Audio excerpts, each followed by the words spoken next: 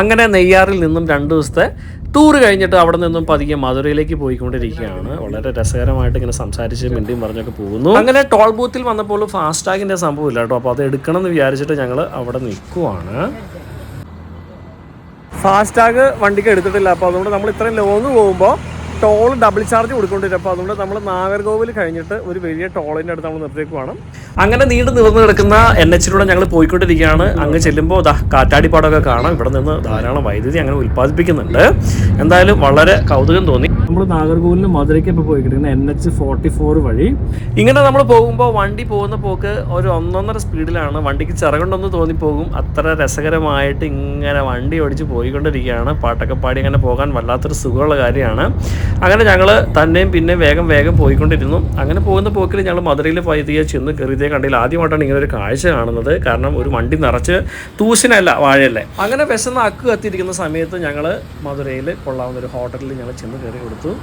Western park എന്നാണ് ഹോട്ടലിൻ്റെ പേര്. അവിടുത്തെ ഫുഡ് മട്ടൻ ദോശ ഒരു രക്ഷയില്ല. 100-ൽ 100 മാർക്ക് ഞാൻ കൊടുക്കും. അത്ര ടേസ്റ്റി ആയിരുന്നു.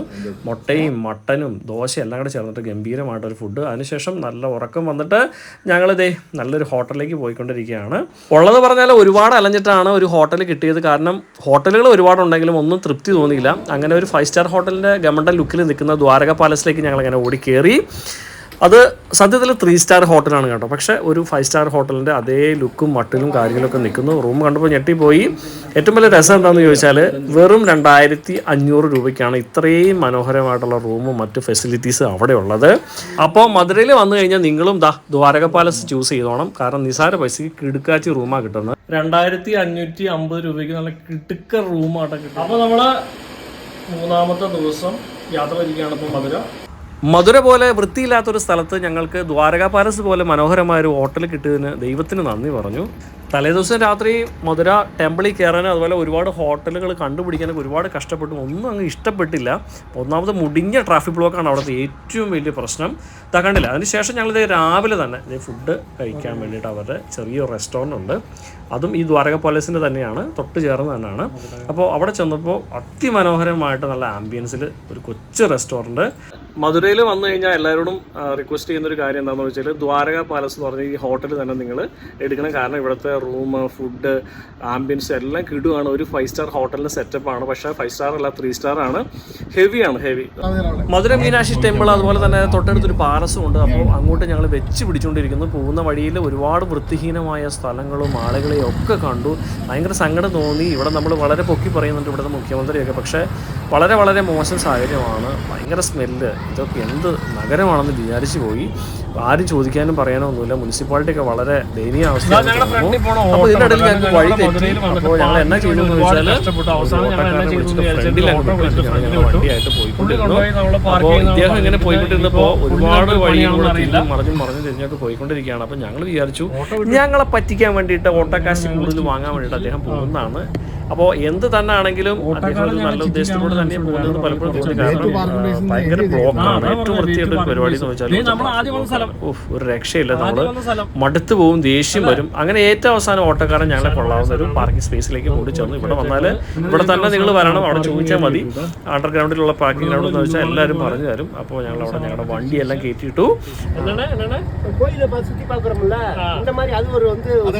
വണ്ടി പോണമാ கார் போகும். கார் வந்து நிப்பாட்ட வச்சு அதுக்குள்ள இறந்துவது இல்லாம இருக்கும். பார்க்கிங் கிடையாது. இங்க பார்க்கிங் போட்டு ഒരു ആട്ടോല പോയിരുங்க. അങ്ങനെ ഞങ്ങൾ ഒരു പ്രകാരത്തിന് സകല പ്രതിസന്ധികളെയും മറന്ന് ഞങ്ങളിത് അവസാനം മധുരൈ മീനാക്ഷി ക്ഷേത്രത്തിലെത്തി. മധുര മീനാക്ഷി ക്ഷേത്രം ഒരു സംഭവം തന്നെ കേട്ടോ. ആദ്യമായിട്ടാണ് ഇങ്ങോട്ടുള്ള വരവ്. അപ്പോൾ അന്ന് സാങ്കേതിക വിദ്യകളൊന്നും ഇല്ലാതിരുന്നൊരു കാലത്ത്, ഏകദേശം ഒരു 1000-2000 വർഷം മുമ്പ് ആയിരിക്കണം എന്ന് വിചാരിക്കണു. ആ സമയത്ത് പോലും ഇത്രയും വൃത്തിയായിട്ടും വെടിപ്പായിട്ടും ഇത്രയേറെ ശില്പങ്ങൾ അടുക്കും ചുറ്റോടുകൂടി എങ്ങനെ അവിടെ കൊത്തി വെച്ചു നിർമ്മിച്ചു എന്നുള്ളത് ചിന്തിക്കാൻ പറ്റുന്നില്ല. അപ്പുറം തന്നെയുള്ള കാര്യമാണ്.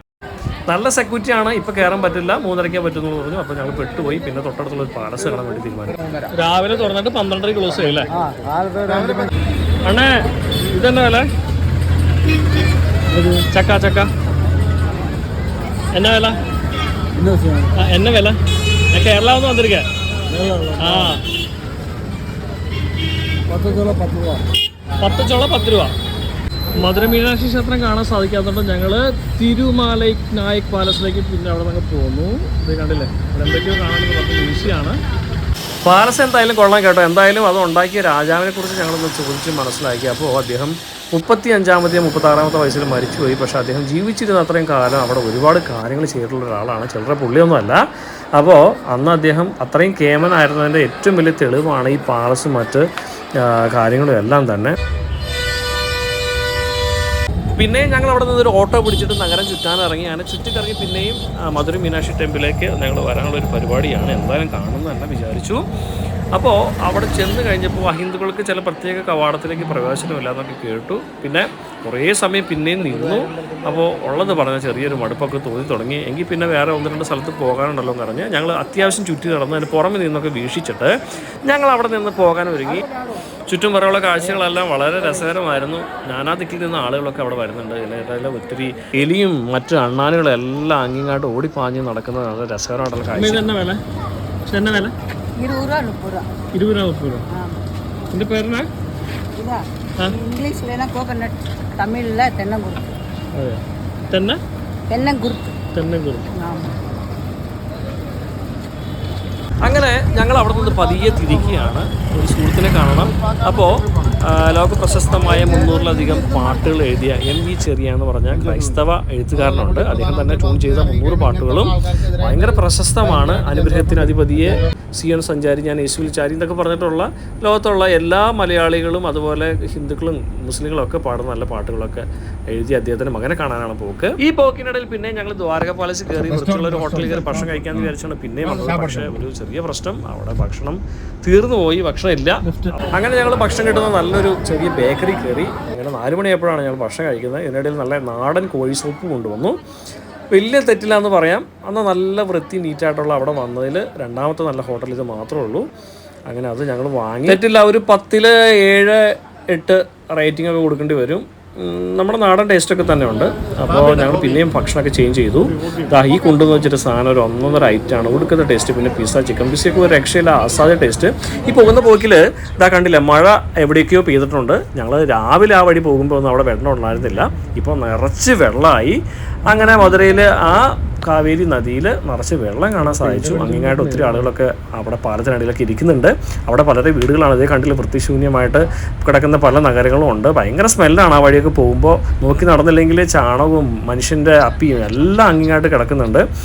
അപ്പോൾ ഈ പോകുന്ന പോക്കിൽ പിന്നെയും അതേപോലെ തന്നെ അതിനെ മാതൃകയാക്കുന്ന ഒരു ടെമ്പിൾ കൂടി കണ്ടു, ഏതോ ടെമ്പിൾ. അപ്പോൾ ഞങ്ങൾ ഇതാണ് ഈ ഇരിക്കുന്നത് കണ്ടോ, ഇദ്ദേഹമാണ് MV ചെറിയാൻ സാറിൻ്റെ മകൻ. ഈ കണ്ണാടി കൂട്ടിയിരിക്കുന്ന ആളാണ് MV ചെറിയാൻ സാറ്. പലർക്കും അറിയാമെന്ന് വിശ്വസിക്കുന്നു. അങ്ങനെ ഞങ്ങൾ അവിടെ പല സ്ഥലങ്ങളിലും അവരുടെ ചില പ്രവർത്തനങ്ങളായിട്ട് ബന്ധപ്പെട്ട് പല സ്ഥലങ്ങളും കാണാൻ ഞങ്ങൾ പോയി. കൊള്ളാം, അങ്ങനെ അമ്പലത്തിനോട് ചേർന്നാണ് പല സ്ഥലങ്ങളും ഉള്ളത്. അങ്ങനെ ഞങ്ങൾ വളരെ ഹാപ്പിയായിരുന്നു. പിന്നെ ഞങ്ങൾ കണ്ട ഏതോ ഒരു ഹോട്ടലിൽ നിന്ന് ഭക്ഷണം കഴിച്ചിട്ട് ഞങ്ങൾ പതിയെ വന്നു. അങ്ങനെ കമ്പം തേനി ഞങ്ങളിപ്പോൾ ഏകദേശം അടുത്തിട്ടുണ്ട്.